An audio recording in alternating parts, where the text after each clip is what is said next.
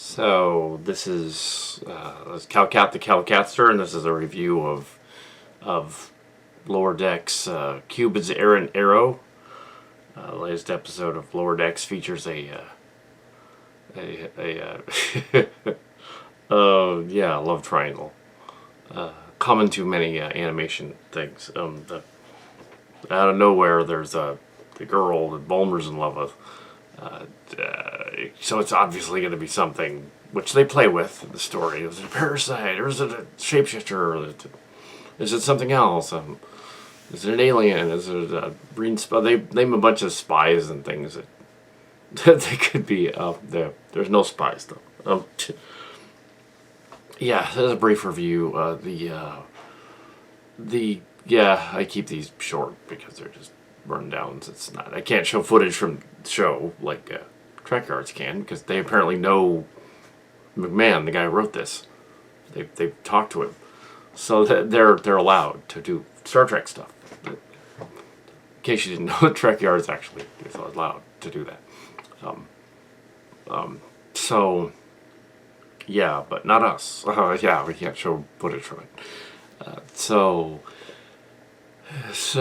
they team up with the Vancouver, another ship, to do to move a moon in a solar system. It's an allegory about the spoiled rich people in the end who have the moon all to themselves. But the A story is actually really the relationship, not the moon. The moon is the B story. Well, the moon is the plot, but they're sort of intertwined. Yeah, so but only in 25 minutes or so, they managed to make yet another Silly Trek Starship Locations episode, including a cameo by a hyperactive, Silly Kelly type guy on the Vancouver, who is basically a Kal Kat allegory, which is hilarious. So he's totally that guy is Kal Kat. I think they gave him some other name, but yeah, he's obviously. Wasn't me doing the voice though, somebody else, but it's like when they invented the Big Bang Theory and they were basically copying on location the current one when they did that 13 years ago, so 10 years ago or so. Well, yeah, 12 years ago. But yeah, on that other show, another CBS show, incidentally, there's got to be people that actually know of us. That's what it is, and they just like come up with ideas that are similar. The characters on Lower Decks are very much like the Big Bang Theory characters. Yeah, very much like that. The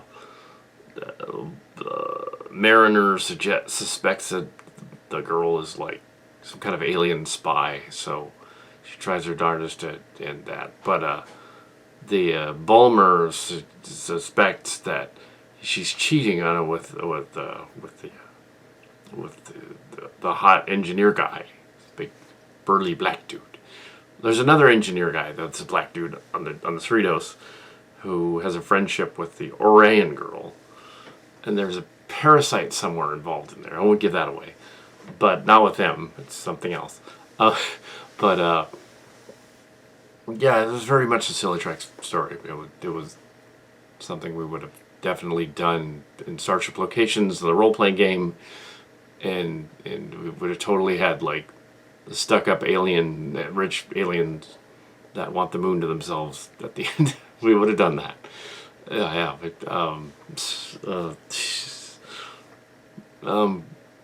It's silly, but I guess a lot of the Trek core people, well, let's say 3 of them, are annoyed at the show because that's not a lot. Just 3 of them.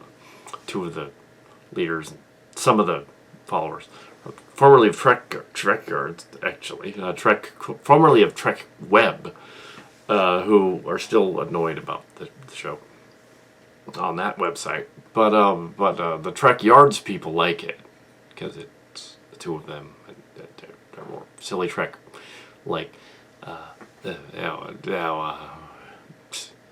Since we're not famous, we're probably not likely to appear on Trek Yards. But anyway, so the story is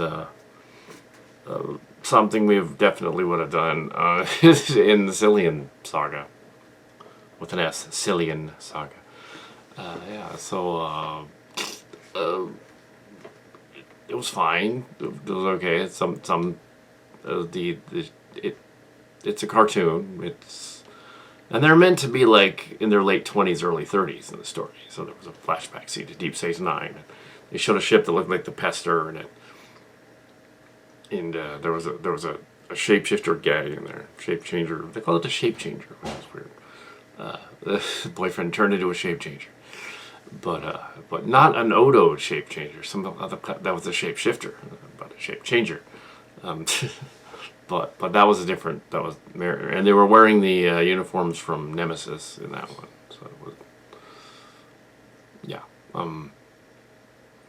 So it's not like they hadn't had those before. Also, I was looking at some of the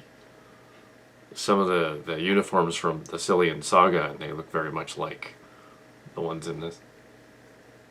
Long before it, like that. Yeah, 2080 is a decade ago. So I don't know McMahon and his crew that are writing this story, but they seem to know us, which is interesting. um, but yeah. So if I'd like to contact the Kal Kat show and arrange podcasts, I guess. But yeah, but yeah, it was clearly kind of the stuff we would have thought of, and it's yeah, I don't want to give it away. Is the thing with that love triangle going on and stuff. It's kind of been done. It's kind of a spoof of that movie Parasite, actually, from last year. A little bit of a spoof of that. Except that movie was a metaphor, and it wasn't really like a real parasite. They were like playing a parasite. They weren't really parasitic. Yeah. So, yeah. Cupid's Errant arrow. It was fine. And it's entertaining. Yeah. So, I've really got nothing else except that what happens. Yeah. So, yeah.